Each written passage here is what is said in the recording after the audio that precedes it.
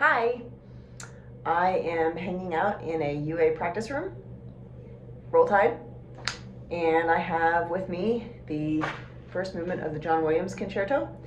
And I've discovered that since my metronome is on my phone, recording practice sessions when I need the metronome does not really work.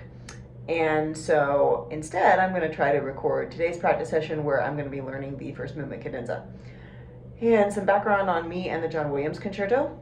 First of all, just candidly, I really don't like the John Williams Concerto very much as an audience member. I've heard it a couple times and have never really clicked with this piece, but someone gave it to me. They had some spare music and I sight read through it and I went, wow, this is kicking my butt in terms of endurance. And right now I like a lot of things in my playing, but I'd like my endurance to get back to where it was when I was giving full recitals. And so I figured that if I could play this piece, that would go a long way towards getting it back there. So that's what we're going to try to do. And so this is going to be my third practice session on it, other than the one practice session where I sight read it. And so I spent one session working on the first page, one session working on the second page, and now the third page is the cadenza. And this is backwards in my camera. For some reason it's reversed it. So this is the page that we're looking at today. And this is basically going to be me sight reading it and just hacking into it. And so I figured that it's maybe helpful for, I don't know, maybe there's people that are curious about what I'm doing when I'm actually sight reading something, because that's about what this is. And I don't know, we'll try to make sense of it. Truthfully, the cadenza is only 4 lines long, and then there's this really fast presto section at the end that might require a metronome. So we'll see where we get. Last time I tried to record a session, my phone died anyway. So here we go. I got a trumpet student coming in a little bit, so this isn't going to be too terribly long. We'll just see what we can get done in about 20 or 30 minutes. So.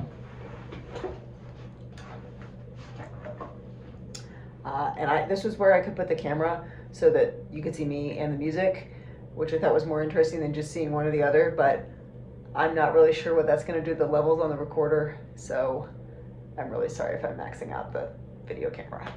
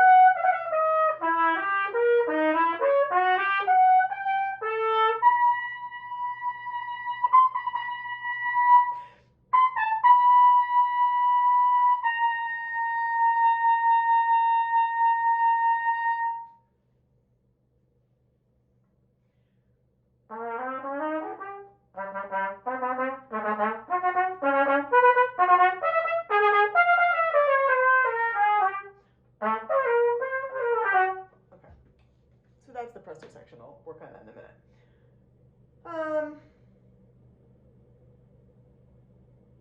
Cadenza seems okay to sight read. I should mention that I do like playing this piece. I just have never liked listening to it. It's kind of a fun piece to play.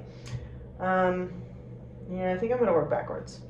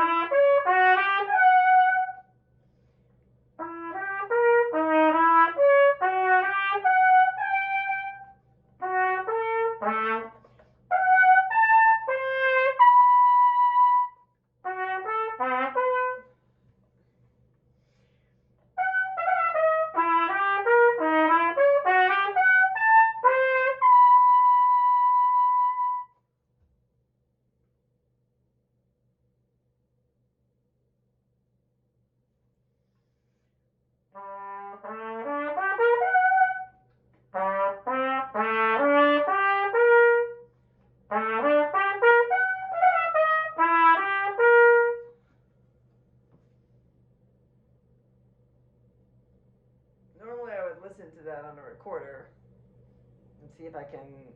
It's not that it doesn't make sense. I'm hitting the notes. It's just I can't quite get my head around the harmonies. I'm going to try backing up a phrase. That might help. It does some similar things. Let's try to back up to where the motivic material starts.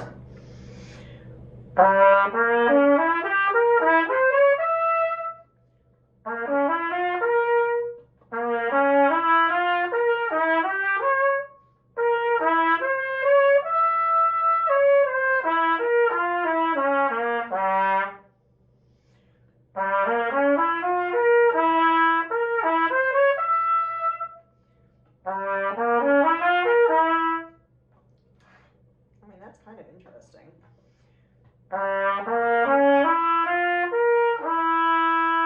So you got a diminished chord there, but then you add this interesting F to it. I like the F.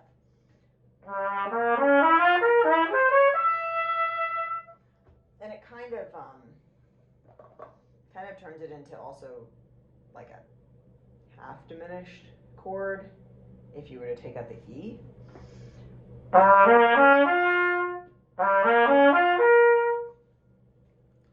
Anyway, they're both in there, so.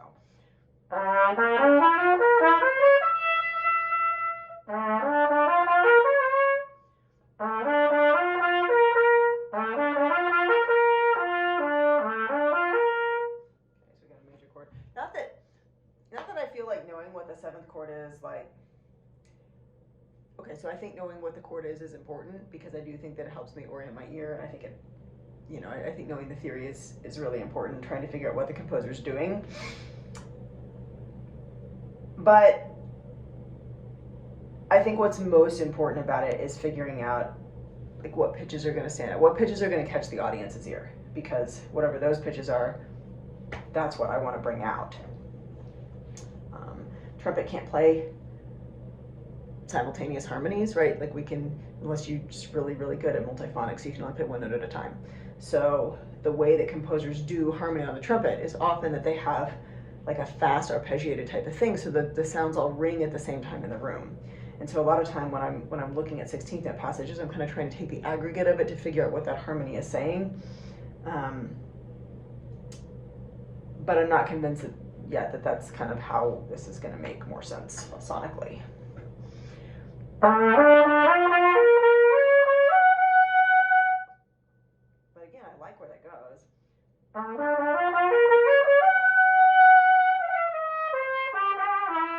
don't like where that goes.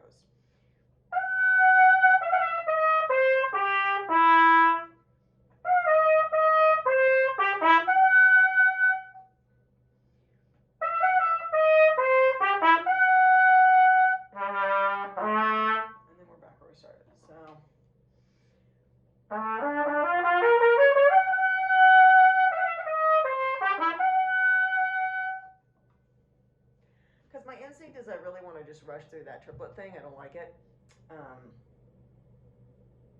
But I mean, he has written it in a longer rhythm than the other sonorities that are there, so maybe he liked it.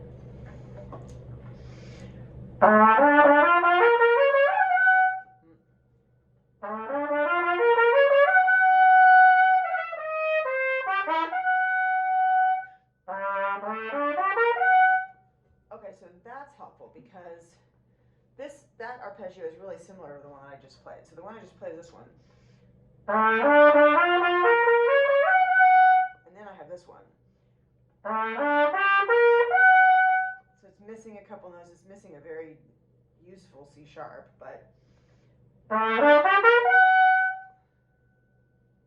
there's a lot of F sharps. This piece comes back to F sharp like 3 or 4 times in this cadenza, so I'll show them. So here's one of them. There's one, and then it does this. There's another one. A little cleaner later, but. There's another one. And then there's another one. So this, I mean, it goes up to that high F sharp a lot, but that's not really where it actually arrives. But I also feel that when you have a piece that has a note like that that gets hammered over and over and over again, it's really easy to make each one of those sound like this is the moment.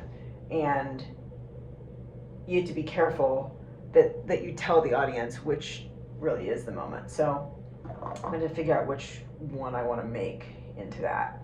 I'm going to back up so I get more context.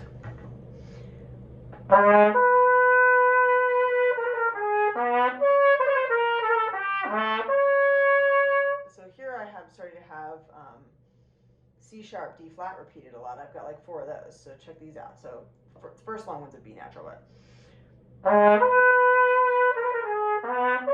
there's one. There's another one. There's another one. And then I get to an E. So first I've kind of got an emphasis before that. I have a couple of B naturals that get held out. So if I take all those notes, I've got this.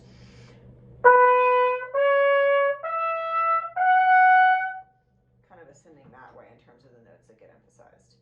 Again, I don't know if that means anything yet. It's just when you have music that is not clearly tonal, you have to figure out where the audience's ear is going to go. And things that repeat are often where the audience's ear is going to go. Things that have length are where the audience's ear is going to go. So, all right, let's back up to the, there's a bunch of fermatos, so I'm going to start with the latest one that precedes what I've just been playing.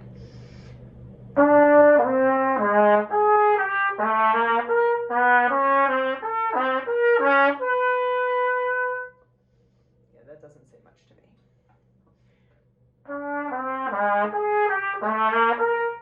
There's just a lot of octave jumps here, right? So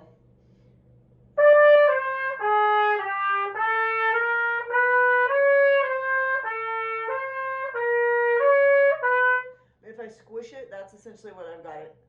I'm not really sure what we're trying to do there. We have a lot of pairings that are like whole steps and half steps, but I don't know where they're going. Now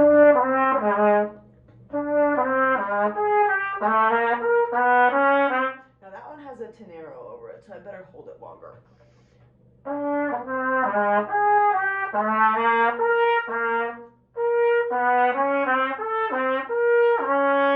And then there's a rallentando here. So he doesn't want me to rush through that, which I want to do, but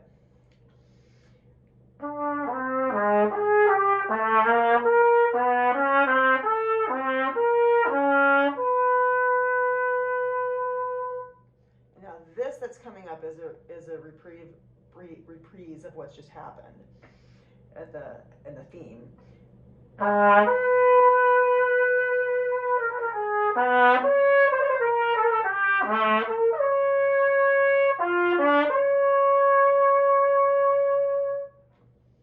Okay, I can deal with that as a phrase.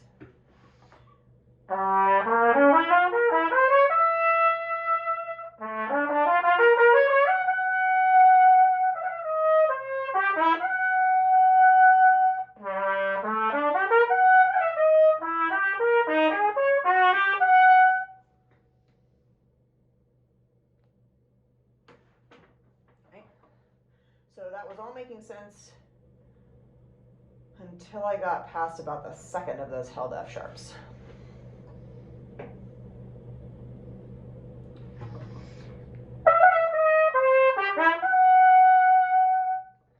think it's going to do a breath mark there.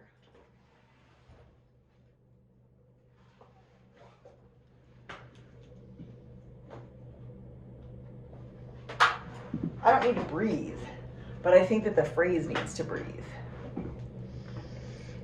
Okay,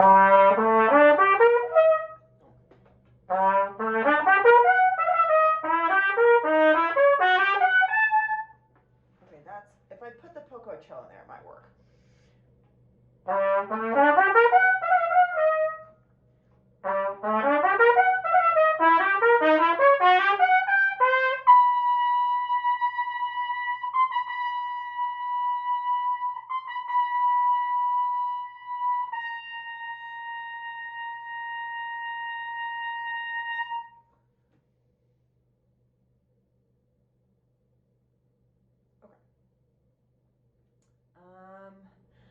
the very opening of this cadenza. Unfortunately, what I would normally do with a piece at this point is record it and listen to it. So I might have to shut off my video camera for a minute to do that. But first I'm going to play the opening of the cadenza, which I haven't touched other than the first read through, and just see if there's anything else in there I want to pay attention to.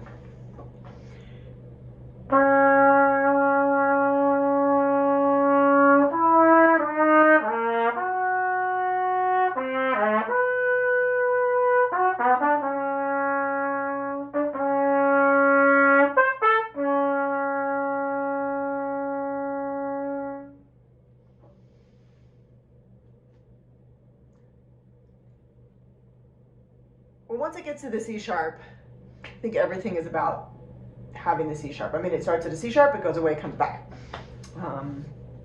This opening part.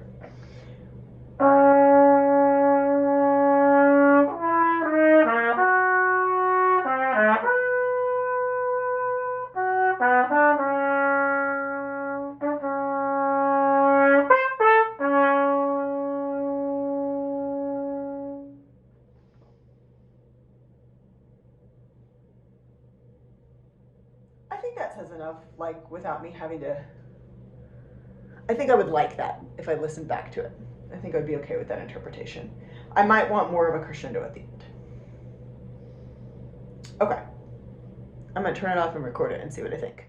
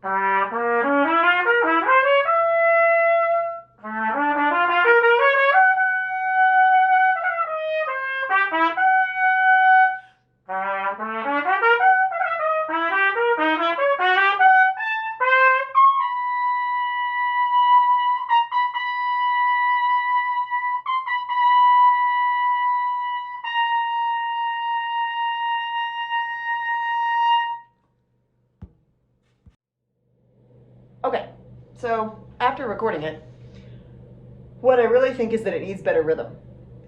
Cadenza, I mean, it isn't beamed, it isn't borrowed, but it still has rhythm, right? Notes still have proportional value. And I think that my proportional value is pretty lousy right now, because normally what I would do is I would turn a metronome on with this. I would play with it, I'd play it exactly in time, and I'll kind of see what is there in the ink in terms of value. And since we're recording, we're not doing that right now. But I'll probably do that soon. I'm gonna try to play it once through with a little more attention to that. I also have some really squirrely things going on with my pitch on the initial low C sharps, so I'll have to deal with that. Like, there's just some things in my playing that I hear that I'm like, but right now what I'm after is not really technique so much as I just want an idea. I want a concept for this. I can polish it as I go, but what I like to do with a piece when I'm first starting with it is to figure out what the big shapes for the phrases are. So that's today's goal. So I'm going to play it once through a little more in time, and I might insert the recording I just made on the video so you can hear the difference. And then I don't have too much longer before my trumpet student is going to show up, so I'll probably look a little bit at the presto. All right, here we go.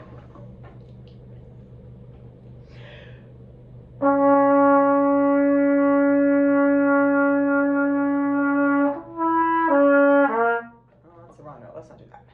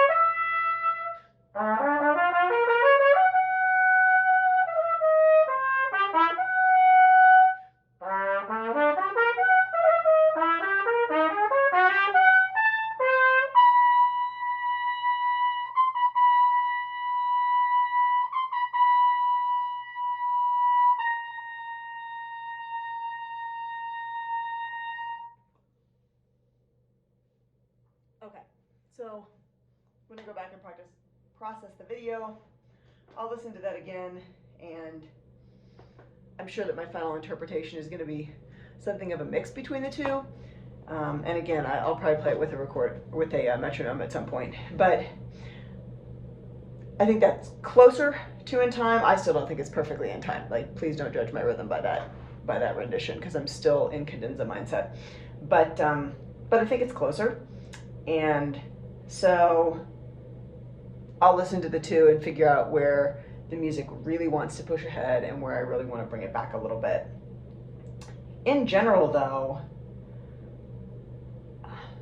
he has so many long notes in here that I don't think it's meant to be a particularly forward-moving cadenza, and I think that it's maybe more effective if I save the accel for where it's printed at the end, and I let the rhythmic activity make the sense of speeding up prior to that point, because he starts with a lot of longer notes and eighth notes, and then we get some triplets, and the 16th notes really don't emerge until the second half of it.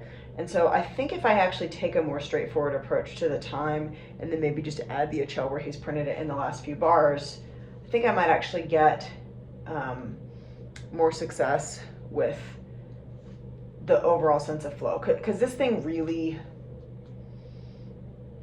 gosh, it really just wants to slow down. But the problem is, I think if you start speeding it up too much, if you say, hey, I'm going to take this faster right here, I think the fact that it keeps getting interrupted by long notes and holds, I'm not actually sure that it might be working at cross purposes to itself. So anyway, I'll have to go back and look at it. But I've just gotten a text message from my student's mom, so I think my student is here. So thanks for joining me on Cadenza Day, and more to come later.